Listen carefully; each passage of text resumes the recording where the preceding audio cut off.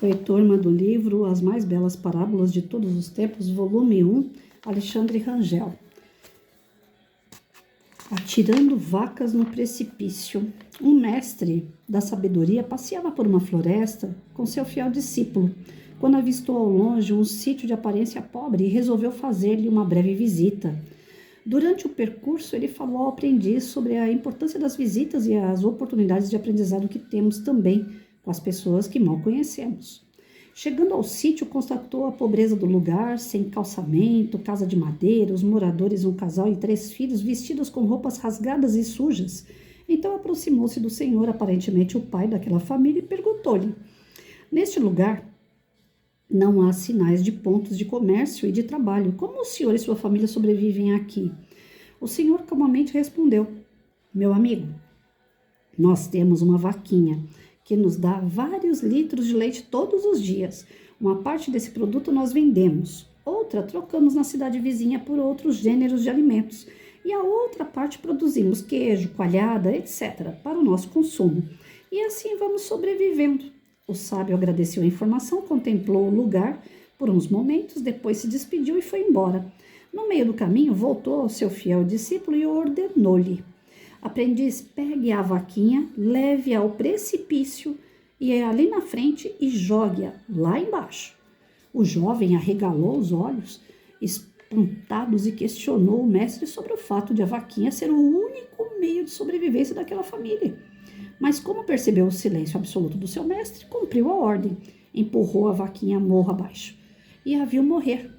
Aquela cena ficou marcada na memória daquele jovem durante alguns anos. Um belo dia, ele resolveu largar tudo o que havia aprendido e voltar àquele mesmo lugar, e contar tudo àquela família, pedir perdão e ajudá-los.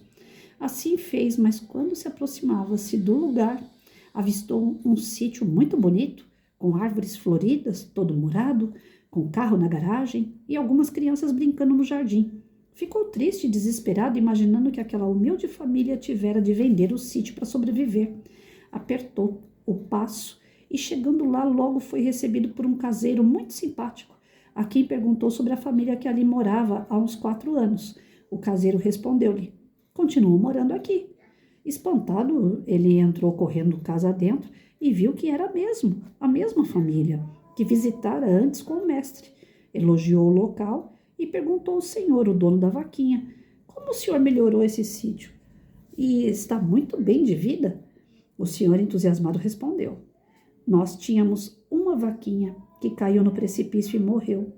Daí em diante, tivemos de fazer outras coisas e desenvolver outras habilidades que nem sabíamos que tínhamos, e assim alcançamos o sucesso que seus olhos vislumbram agora.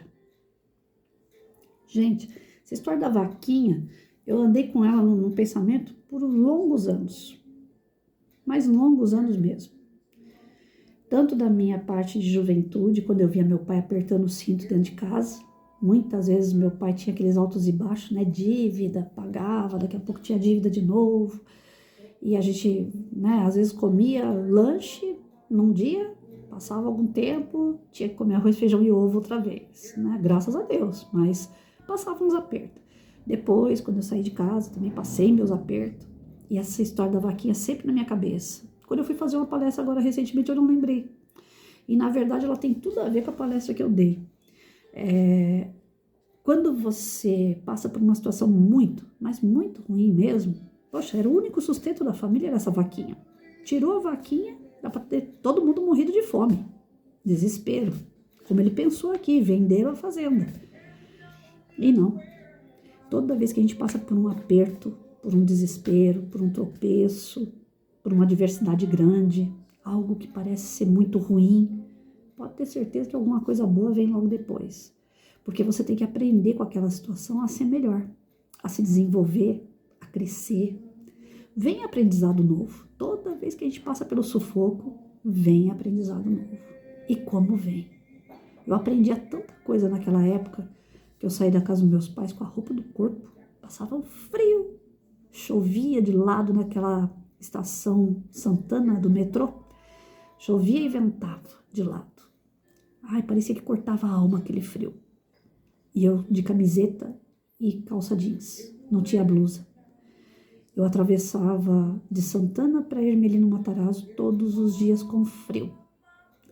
Quando molhava, ficava, além do frio, que era aquele vento, né? Ainda ficava aquela camisa molhada. Mas eu aprendi a dar valor naquela camisa que estava comigo. E antes, não é que eu sempre fui gastadeira, mas eu era patricinha, né? Eu tinha calça colorida da Artimanha, eu tinha um tênis de cada cor do All Star, eu tinha blusas de... Hoje eu voltei a ter isso, graças a Deus, as camisetinhas, né? Todo de bichinho, e eu tinha várias. Então, assim, você fica meio fútil diante daquilo. Ah, eu quero, compro. Eu quero, eu posso. E quando você passa frio e não tem uma blusa para colocar, aí você dá valor pra caramba numa blusa, sabia? Quando você tem vontade de comer e não tem como comer, que nem aconteceu comigo, de estar grávida na época, o meu primeiro filho, eu tinha vontade de comer bolacha de água e sal com café. Não precisava de manteiga, não precisava de leite. Era café puro e bolacha de água e sal. E eu estava morando de favor na casa de uma pessoa e a pessoa falou para mim assim, não, você só pode comer quando a gente abrir o pacote. Você ficar olhando para bolacha de água e sal e não poder abrir o pacote e comer. Ser humilhada, né? Chegava na escola, às vezes, travando de fome. Aí o aluno, que aluno é um bicho de tranqueira, né? Eu sempre disse que meus alunos, nossa senhora, como eu amo meus alunos. O aluno me via com aquela cara pálida e falava, professora, a senhora já comeu hoje? Ainda não, estou esperando a hora do recreio. Na hora do recreio eu vou lá pegar uma sopa, alguma coisa que tiver na cantina da escola. Aí, não, professora, peraí, que a senhora não vai conseguir dar aula desse jeito não, a senhora tá pálida. Aí o aluno pedia licença, saía lá na cantina, trazia uma coxinha para mim. Época das vacas magras não foi fácil não, turma. E eu aprendi a olhar para os meus alunos com essa empatia quando eu fazia estágio. Eu era patricinha, nessa época eu morava com meu pai e minha mãe. Mas já no meu estágio eu via aluno pegando cumbuquinha, daquelas de sopa na escola, né, que é funda. Não podia ir lá repetir, muitas vezes não deixavam repetir a comida. O aluno pegava aquela cumbuquinha e tem aqueles barril desse tamanho, assim, de resto, que o pessoal vai pegando e vai jogando o resto. Aluno que não podia repetir comida ia lá na cumbuquinha dele, pegava o resto que estava naqueles latão e comia o resto de sopa. Então a gente vai vendo a tristeza, a gente vai vendo as dificuldades das pessoas, ou a gente passa por elas, e tudo isso parece que é tão cruel, e na verdade são os momentos de mais aprendizado. São os momentos que você vai observando e vai adequando sua vida, adaptando sua vida, vai melhorando a sua vida. Você quer sair daquela situação, então você se debate demais para sair e sai. Teve uma outra historinha que eu lembro dessa daqui, eu já me lembrei de uma outra que eu estava falando, inclusive com uma equipe esses dias atrás aí. A mosca cai ai, como é que fala, meu Deus? Cai na xícara de leite, cai duas moscas. Aí uma fica se debatendo, e a outra fica parada. A outra fala assim, uai, nós vamos morrer de qualquer jeito, fica quieta aí, para de se debater. Ela, não, eu tô tentando sair daqui, eu vou dar um jeito de sair daqui. E ela vai achando uma forma, mesmo que ela não acredite muito, mas ela não se entrega, ela tá se debatendo, ela tá agindo, ela tá fazendo alguma coisa. E a outra parada lá esperando a morte chegar, a outra morreu. Essa que ficou se debatendo, ela criou uma nata no leite. Aí ela conseguiu subir na nata e cair fora da xícara. Bom, tudo bem, ela aprendeu a lição, a diversidade fez ela crescer, ótimo, né? Acabou aí a história? Não, não acabou. Uma outra situação, duas moscas caíram na água, dentro de um copo com água.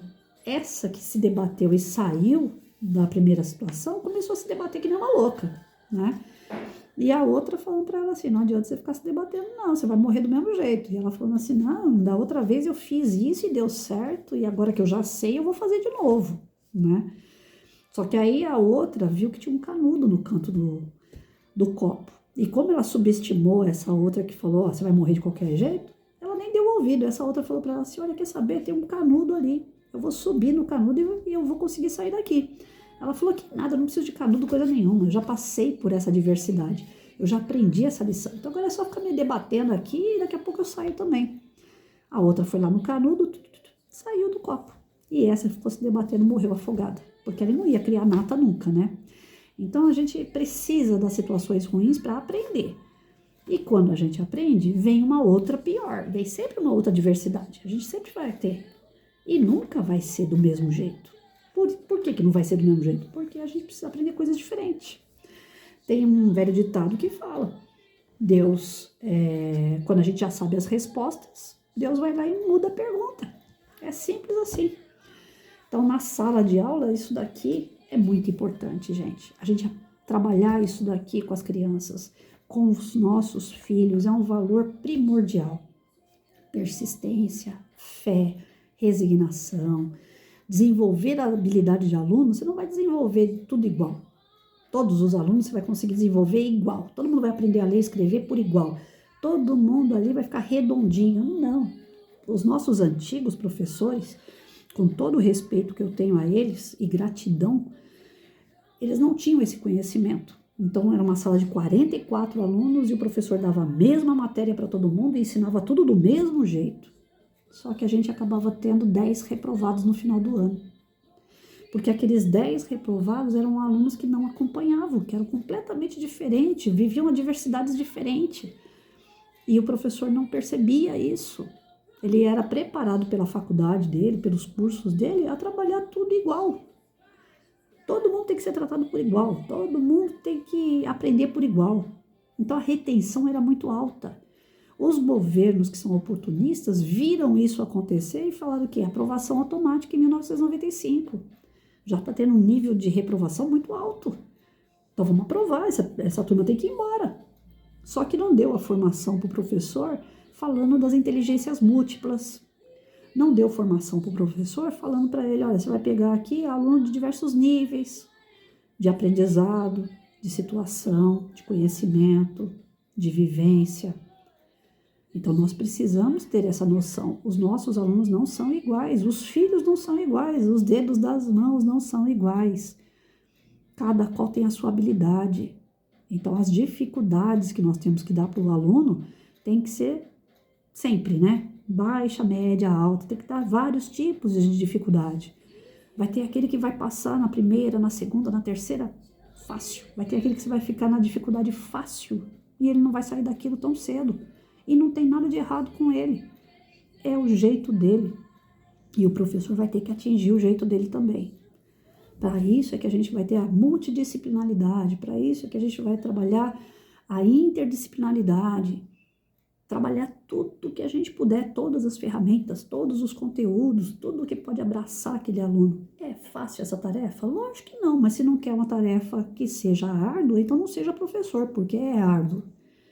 Você desenvolver as habilidades do seu aluno não é fácil, mas é prazeroso. E como é? Então você dificulta a vida do aluno. Você não pode facilitar muito a vida dele, você tem que dificultar. Cada vez que você dificulta, ele cresce, ele sobe mais um pouquinho.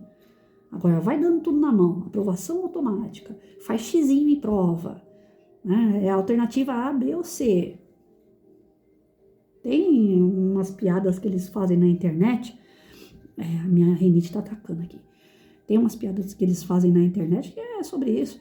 Antigamente dava um texto enorme, fazia um monte de perguntas sobre o texto. Depois você começa a fazer perguntas sobre o texto, alternativa A, B ou C. Daqui a pouco faz X na alternativa que você acha que está certo. Daqui a pouco escreve o que você acha sobre isso. E aí o cara escreve nada com nada e mesmo assim você dá certo. Porque afinal de contas é a opinião dele tem que valer alguma coisa. Nós não podemos deixar isso acontecer, né? Então as adversidades nós sabemos que é para evoluir. O professor é feito para complicar a vida do aluno mesmo, mas com objetivo. Com uma intenção. Eu vou dificultar, mas é com uma intenção, para ele aprender tal coisa. Eu tenho que ter meus objetivos bem claros, beleza?